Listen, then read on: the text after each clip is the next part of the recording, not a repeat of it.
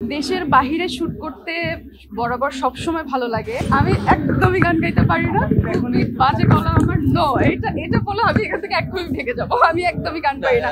আমাকে যদি বলেন আমি নাচের মেয়ে, আমি নাচ খুব ভালো পারি, কিন্তু এখানে নাচ দেখানো ইম্পসিবল। সরি। বেসিক্যালি আজকে আমাকে যে বিষয়ে অ্যাওয়ার্ডটা দিয়েছে, I am so proud for my husband, আমার হাজবেন্ডের গানের জন্য। আপনারা তো দেখেছেন পরপর আমাদের অনেকগুলো মিউজিক ভিডিও খুব হিট গেছে, তো আজকে বেসিক্যালি কিন্তু আমি তার গানের জন্য পেয়েছি। আফসোস মানে সে আসতে পারেনি। এখন বেশি ভালো লাগে যেহেতু নিজের মানুষ, সব থেকে আপন মানুষ, তার সাথে কাজ করার মানে অনুভূতিটাই অন্যরকম। এবং নিজে মানে মনে হয় যে প্রোডাকশনটা তো আমাদেরই সম্পূর্ণ, মনে হয় যে আমরাই সবকিছু। আরো বেশি এখন আরো বেশি ভালো লাগে কাজ করতে। শ্বশুর বাড়ি না, ওটা আমার বাপের বাড়ি, আমার জামাই শ্বশুর বাড়ি। হ্যাঁ, ও বেসিক্যালি হচ্ছে এটা আমাদের একদম দাদার বাড়িতে ছিল।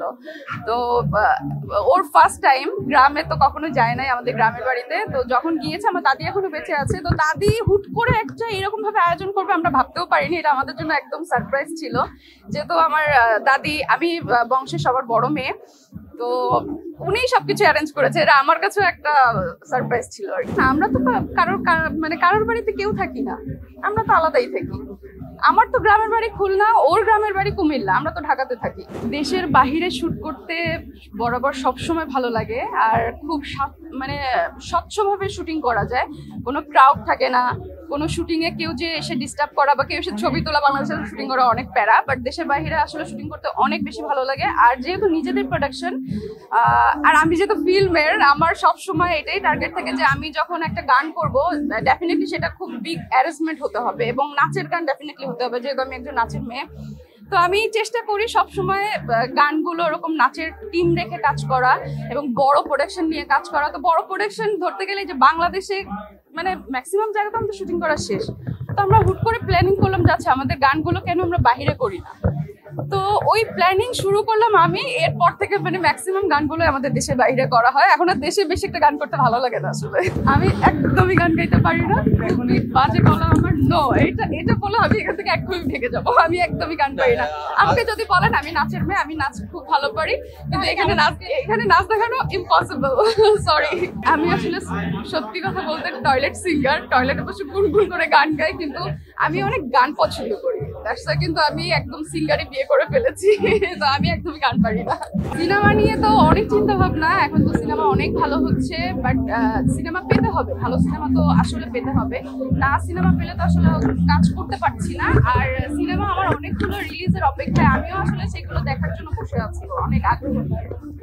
আমার ইচ্ছা নেই আমার হাজবেন্ডকে নিয়ে সিনেমা করার, এটা আমার ইচ্ছা নেই, বাট প্রচুর দর্শক বলে এবং আমার কাছের মানুষজন সবাই বলে, ইভেন অনেক প্রডিউসার এসে আমাদের বলে যে তোমরা দুইজন একসাথে সিনেমা করো। কিন্তু আমি সবসময় এটা মনে করি যে আমার বাস্তব জীবনের হিরো, তাকে নিয়ে আমি কখনো পর্দায় আসবো না, সিনেমা করা যায় না, এটা আমি কখনো চিন্তা করি না ওকে নিয়ে, ইভেন ও কখনো করে না। আর ও কিন্তু খুব ভালো ডিরেকশন দেয়, ওর মাথার মধ্যে সবসময় ডিরেকশনটা খুব ভালো ঘুরে হচ্ছে তামিল ব্যাপারটা।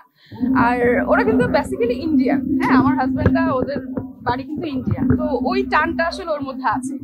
আর ও সবসময় কাজের মধ্যে ব্যস্ত থাকতে পছন্দ করে, ডিরেকশনের দিকটা ও সবসময় মনে করে যে তামিল থেকে কিছু আমাদের মাতাল গানটা আপনারা অবশ্যই দেখেছেন, মাতাল গানের কিন্তু ও তামিল থেকেই করার চেষ্টা করেছে, তো ডিফারেন্ট একটা লুক দিয়েছে আমাকে। তো সিনেমা করার আসলে ইচ্ছে নেই। অ্যাকচুয়ালি সাইকেল গানের ট্র্যাকটা আসলে অনেক সুন্দর, এত দ্রুত এবং এত বেশি ভালোবাসা পাবো সাইকেল গান থেকে, এটা আমাদের আসলে প্রত্যাশা ছিল না, বাট গানটা একটা টার্গেট সং ছিল। আর সাইকেল গানের শুটিং এর সময় সব থেকে বেশি আশ্চর্য বিষয় হচ্ছে আমরা মালয়েশিয়াতে গিয়েছিলাম হচ্ছে 7টা প্রজেক্ট নিয়ে, 7টা গান নিয়ে। তো সাইকেল গানটা এমন একটা গান যে খুবই টাইম কম দিয়ে গানের শুটটা করা হয়েছে। আপনার গানটা দেখলে বুঝবেন যে টাইমই দেওয়া হয়নি, ধরে ধরে অন্য গানগুলো করেছি, বাট সাইকেলটা সবগুলা গানের মধ্যে সব থেকে বেশি ভিউ এবং সব থেকে বেশি রেসপন্স দিয়েছে।